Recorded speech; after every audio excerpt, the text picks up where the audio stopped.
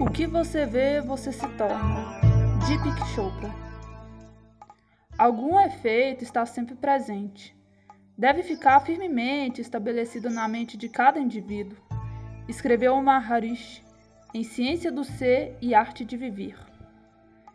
Que ele é parte de toda a vida do universo e que seu relacionamento com a vida universal é o de uma célula com o corpo inteiro.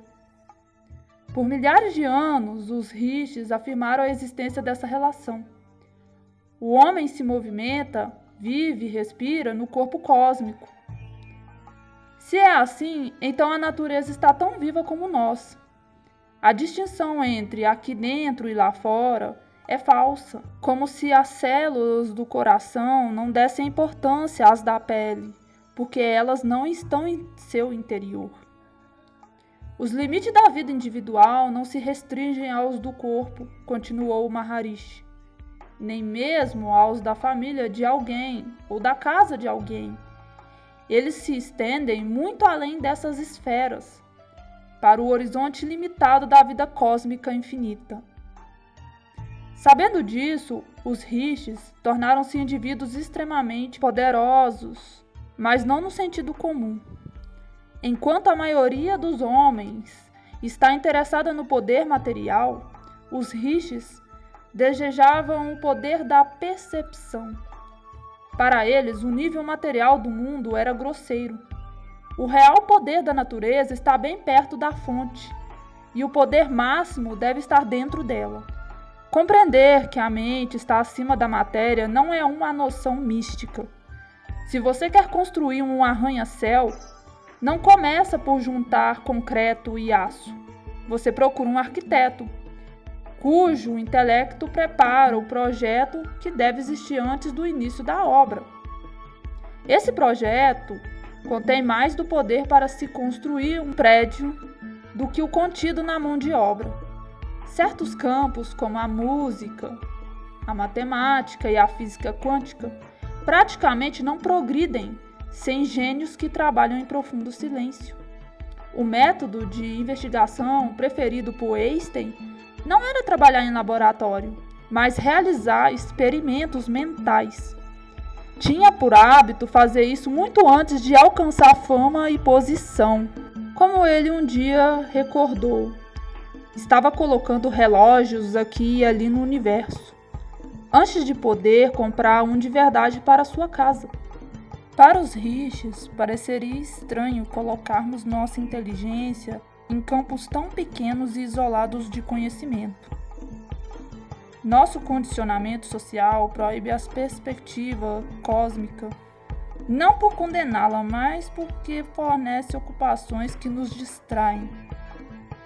Para quem está cercado de tijolos e argamassas, é difícil aprender arquitetura. Atualmente, um campo como a medicina é tão complicado que se alguém disser este paciente pode ser tratado por meio do fluxo da inteligência, será ouvido com descrédito. O estado ilimitado não é visto com frequência em nossa sociedade, enquanto o seu oposto é absolutamente epidêmico. Todos os dias, os psiquiatras deparam com pacientes aleijados por limites, pessoas que programaram em si mesmas a culpa, a ansiedade ou inseguranças inomináveis. Os que adquiriram fobias são exemplos extremos desse fato, uma vez que seu medo mortal é absolutamente desproporcional em relação a qualquer perigo real. Se você leva um agorafóbico, alguém que teme espaços abertos, para passear de carro, ele demonstra intensa ansiedade. Se você parar num campo aberto e o mandar sair do carro, ele ficará tão paralisado como uma pessoa normal ficaria se lhe ordenassem saltar num precipício. Tente forçá-lo e o agorafóbico reagirá como se estivesse lutando pela vida. A angústia mais aguda do fóbico é saber que ele criou a própria condição. Entretanto, sua vontade não é suficiente para romper o padrão que ele programou na própria fisiologia. Um agorafóbico da Inglaterra estava tão envergonhado e infeliz de sua fobia que resolveu se suicidar. O método que escolheu foi dirigir seu carro por 3 quilômetros, algo que, tinha certeza, lhe seria letal. Quando isso falhou, de início ele sentiu-se apavorado, mas pouco depois descobriu que sua fobia havia diminuído. Acidentalmente, esse homem descobrira a terapia chamada imersão, que os psiquiatras usam às vezes para arrancar fóbicos graves da irrealidade. Os limites criados pela ciência são os mais confinadores.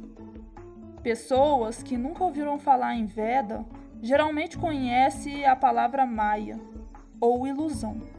Em sânscrito, ela significa o que não é. Esse termo é muito mal compreendido.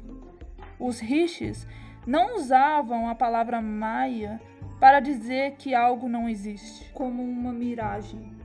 Maya, na verdade, é a ilusão de fronteiras, a criação de uma mente que perdeu a perspectiva cósmica. Ela surge quando se vê 1 milhão de coisas lá fora e se deixa de perceber uma coisa, um campo invisível, que é a origem do universo. Para quem lê os textos dos grandes rishis, não é de admirar que eles considerassem Maya um mau substituto para a perspectiva cósmica. O Yoga Vasishita diz: na infinita consciência, em cada átomo dela, universos vêm e vão, como partículas de pó flutuando num raio de luz que brilha através de um furo no telhado. A realidade quântica transborda das páginas de Vasishita, porque ele percebeu a perspectiva que ela lhe mostrou. Em cada átomo existe mundos dentro de mundos. Demolir as fronteiras não faz o mundo relativo desaparecer, mas lhe acrescenta uma outra dimensão de realidade. A realidade torna-se ilimitada.